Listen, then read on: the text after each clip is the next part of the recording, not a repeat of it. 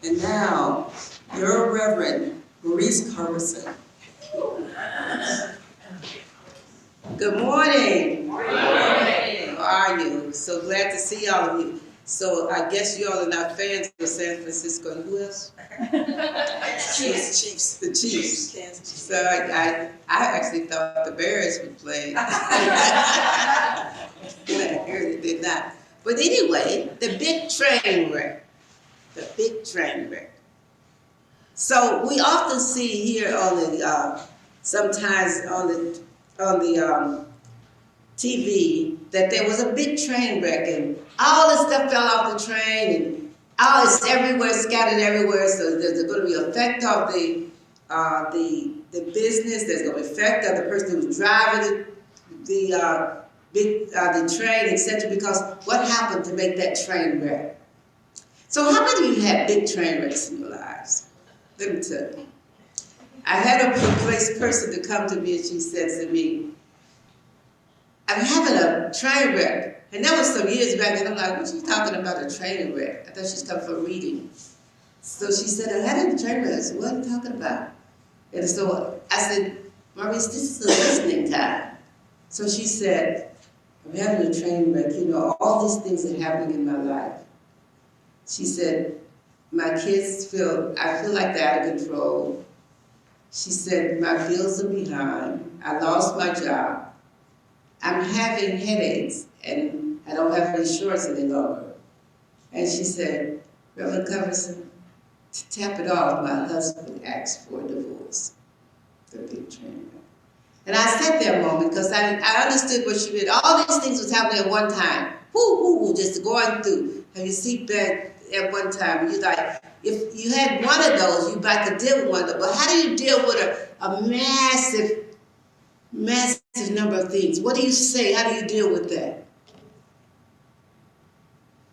Well, you deal with them like Martin Luther King dealt with them. There was a big, it was a big train wreck going on in all our cities and in our world before Martin Luther King started his work. And so when he started his work, he talked about peace, and he talked about people becoming people of one, and he talked about our Declaration of Principles, but not in the way that we talk about them, because he was a Baptist, a great Baptist person.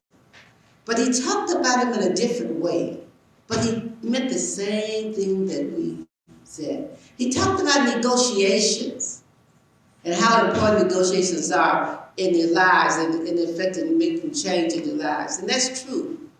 Now, as I thought about the negotiation part of it, as I spoke to the lady, I thought about Mark, but I sat there a moment and I said, let's meditate a moment.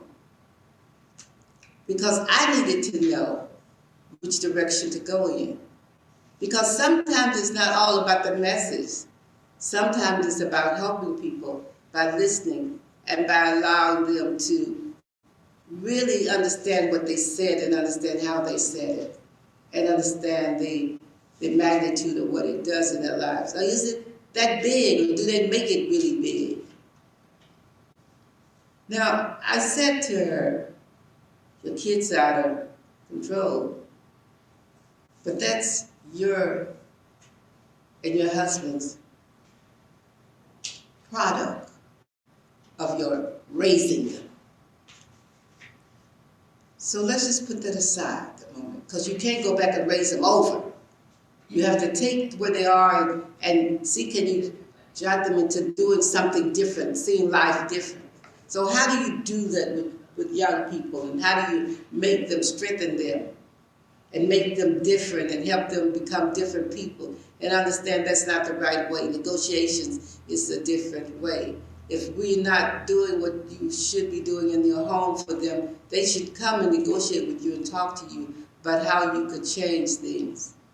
And I talked about that, and I shared with her, and I said, as we talked about how things are happening in our community, how we are tearing up our own community, we need to look at how do you destroy your own community and look for others to build it up.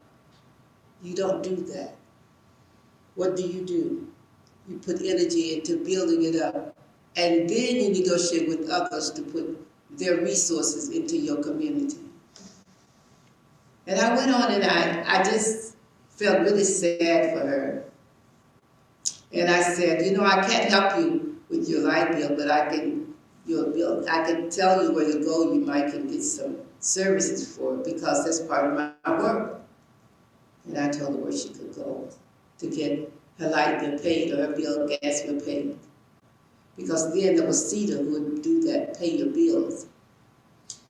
And then I went on and I talked about her house and I said, go to the bank and see can you negotiate your payment. Because they don't want to let your house go. They don't want no more houses, especially in your neighborhood. They can't get rid of them fast enough.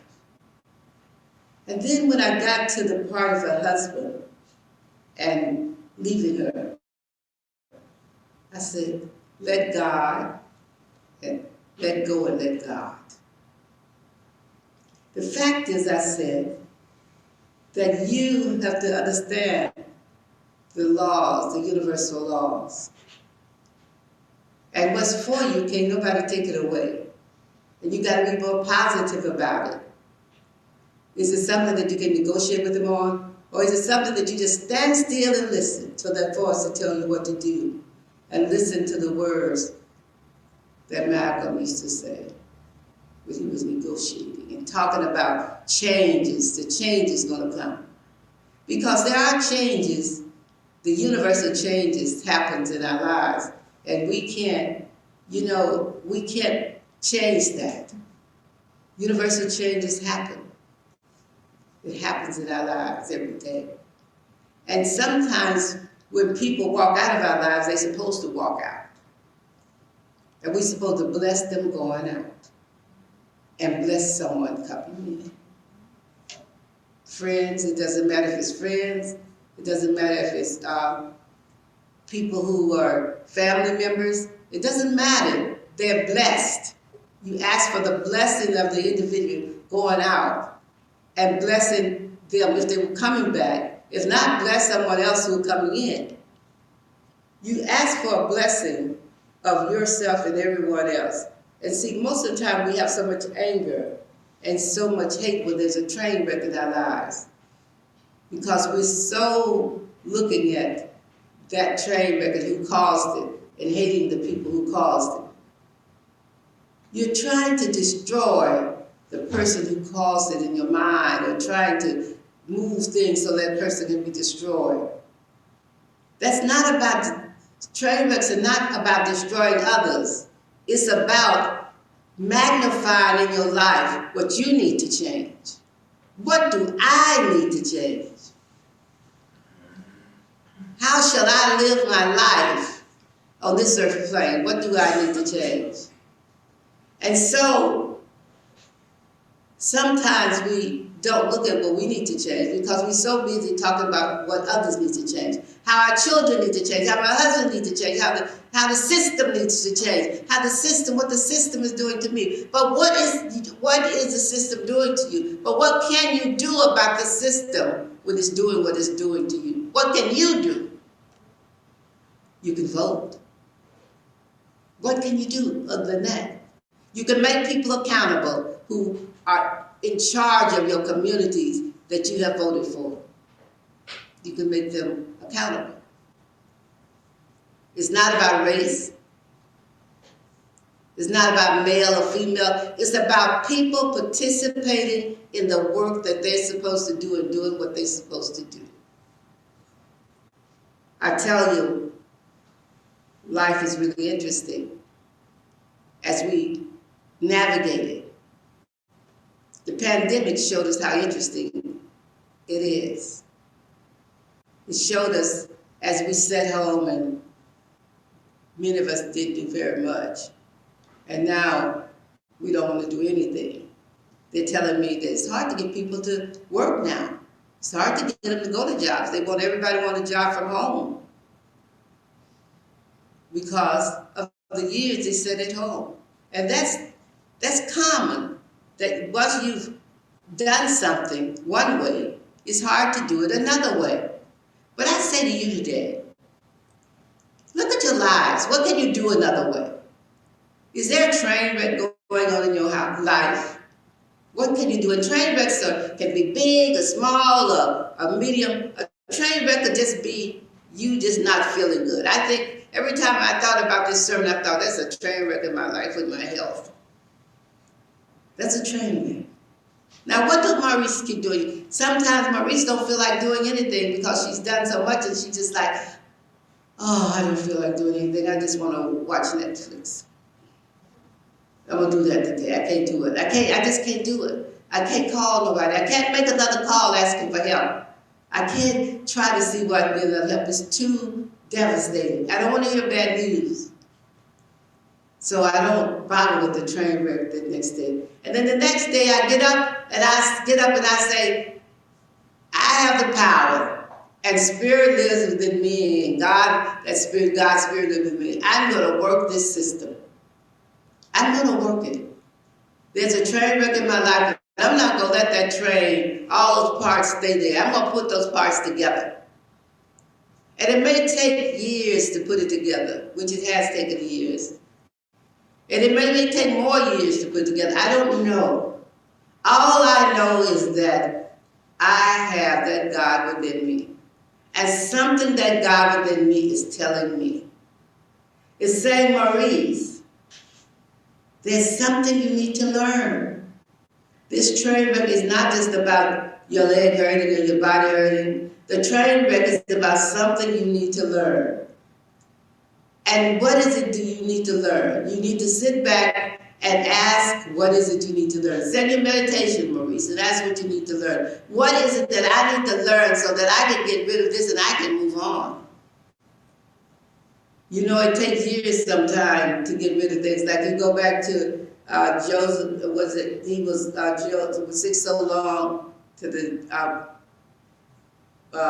flesh from his bones, because he just went through so much. This is a biblical story. I know a lot of you've been Baptists and Methodists and everything else.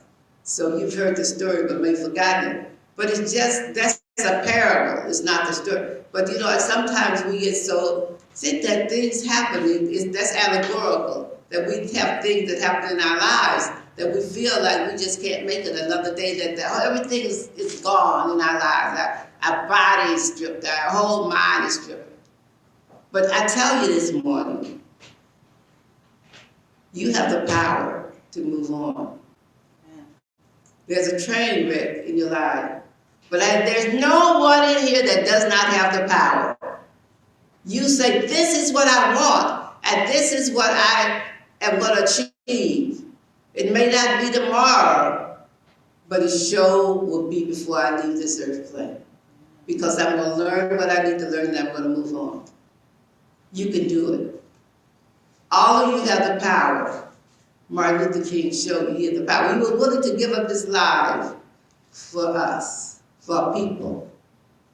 It wasn't just for African Americans. He was for all of us to be together, join together, and work for together. Like for those people who was on that truck, the garbage people, all the garbage people who was on that truck and they wasn't getting what they should. He was there. He didn't say, I only want black people. He said all the people. So we have to be there too. We have to be there consciously that we're working for all the people. And that's what we need to look at. And then when we talk about our people in those what you call it, those people that representatives in our community and our county and everything, we want to say we represent. They don't need to just represent people who they love and who love them. They need to represent people who don't love. Because Martin Luther King represented people who didn't love him at all. And every day I stand here, I don't pull out who loves me. I love all of you. I don't say I'm going to preach to the people who love me. I say I'm going to preach to everybody. I don't just preach for one person. I preach for all people. And that's the gift I have been given by being at this church, is to be among all people. And I don't look for a nationality sitting out there. I just look for a body that I can talk to. So I say to you today, if you're having a train wreck, Go home and sit silently and ask Him, what did you need to learn, and help you. And help you move on till you reach where you're supposed to be, so the train can, all the parts can come together and it can be one again. We love you at the Church of the Spirit. We want to help you as much as we can. We're all struggling with the same thing, the train wrecks that comes through our lives. Bless you.